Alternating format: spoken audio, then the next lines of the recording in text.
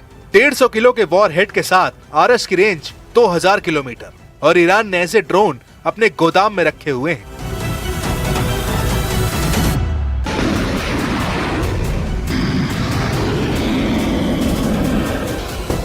Iran के drone कैसे launch होते हैं और कैसे अपने टारगेट को ट्रैक करके खत्म करते हैं, इसका वीडियो देख लीजिए। इसमें वर्टिकल टेक ऑफ करने के बाद आरएस ड्रोन का हमला देखिए। 150 किलो वॉर हेड के साथ इसका धमाका किसी भी टारगेट को तबाह कर सकता है। ऐसे ही ड्रोन के जरिए ईरान ने अब अमेरिका के कैरियर बैटल ग्रुप को वार्निंग दी है। अगर ईरान ने एक बार में ऐसे सैकड़ों ड्रोन लॉन्च किए तो अमेरिकी नौसेना के लिए खुद को बचाना मुश्किल हो जाएगा। अमेरिका के कैरियर पर ये ड्रोन ऐसे टूटेंगे कि कोई डिफेंस सिस्टम काम नहीं करेगा। साफ है कि अमेरिका के लिए मल्टी ड्रोन अटैक से बचना काफी मुश्किल होगा।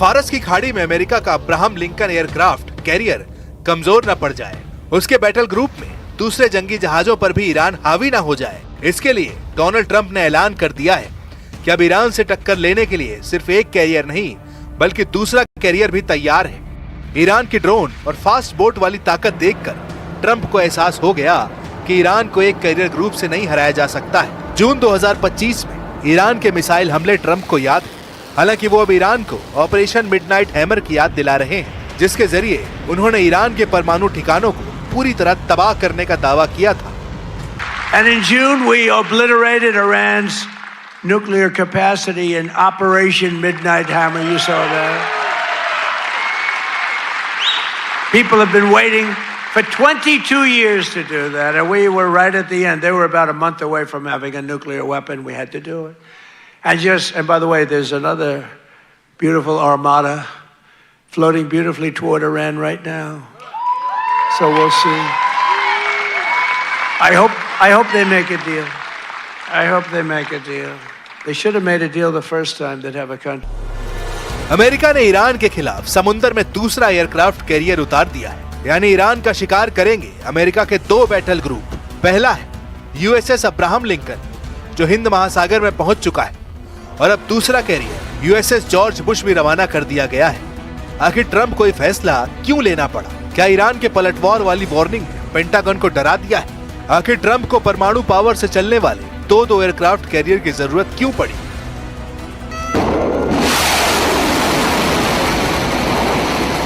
ईरान को रोकने के लिए अमेरिका ने जो बड़े हथियार तैनात किए हैं, उनमें ऐसे वेपन सिस्टम शामिल हैं जो नई टेक्नोलॉजी से तैयार करके बनाए गए हैं। उसने पूरी ताकत ईरान के खिलाफ झोंकने का फैसला किया है। अमेरिका ने अपने 3 बड़े हथियार पश्चिम एशिया को कंट्रोल करने के लिए तैनात किए हैं। इनमें सबसे खास है B-2 बम वर्धक विमान। ये स्टेल्थ बम वर्धक ईरान पर हमले के इरादे से डिएगो गार्सिया से ऑपरेट कर रहे हैं। दूसरे नंबर पर है अमेरिका का आधुनिक मिसाइल डिफेंस सिस्टम थार्ड और पैट्रियट, जो खाड़ी में तैनात है और इसका मकसद है ईरान की मिसाइलों को रोकना। तीसरे नंबर पर है अमेरिका का एयरक्राफ्ट कैरियर अब्राहम लिंकन और उसका पूरा बैटल ग्रुप। अमेरिका का दावा है कि उसके जंगी जहाजों की तरफ आने वाली हर मिसाइल और ड्रोन को रास्ते में ही मार गिराया जाएगा। लेकिन अगर ट्रंप का दिन खराब निकला और ईरान का कैरियर किलर मिशन कामयाब रहा, तो ट्रंप अमेरिका को क्या जवाब देंगे? एक एयरक्राफ्ट कैरियर को डुबोने से 6000 नौसैनिकों की जान खतरे में पड़ जाएगी। अगर ईरान के ड्रोन या उसकी फास्ट बोट 2 एयरक्राफ्ट कैरियर पर हमले में कामयाब रही, तो 12000 नौसैनिकों पर मौत मंडराने लगेगी। क्या ईरान के खिलाफ युद्ध में 12000 सैनिकों की जान की बाजी लगाएंगे ट्रंप? अमेरिका के हर बेड़े पर रूस की भी नजर है। रूस अपने हर दुश्मन को बहुत करीब से देख रहा है। भले ही दुनिया को अभी ईरान अलग थलग लगे, लेकिन पुतिन की मदद वाला पंजा ईरान को बचाने के लिए वॉर करेगा। ये बात ट्रंप को बहुत अच्छी तरह मालूम है। Это нашей последней встречи с вами в июне прошлого года в Циндао произошло много событий, которые существенно повлияли на международную обстановку. Примеры Венесуэлы, Ирана требуют от наших ведомств организации постоянного анализа ситуации в сфере безопасности и соответствующих действий. Сегодня в условиях динамичного изменения мировой военно-политической обстановки डोनाल्ड ट्रंप के लिए बड़ा सिरदर्द सिर्फ ईरान ही नहीं, बल्कि पुतिन बन चुके हैं। खार्किव में यूक्रेन की टीम पर रूस ने ड्रोन अटैक किया। इस हमले में 4 लोगों की मौत हुई। जेलेंस्की ने इसे आतंकी हमला बताया है। एक और फ्रंट उत्तर कोरिया है, जहां किम जोंग उन के ऑर्डर पर एक बैलिस्टिक मिसाइल टेस्ट की गई है। इस मिसाइल टेस्ट से दक्षिण कोरिया और जापान में दहशत फैल गई। किम जोंग क्या सिग्नल दे रहे हैं? अब ट्रंप की फौज इसे डिकोड करने में लगी है। लेकिन बड़ा मैसेज साफ नजर आ रहा है कि ईरान के खिलाफ युद्ध करने को तैयार ट्रंप के खिलाफ कई मोर्चे एक्टिव हो गए हैं।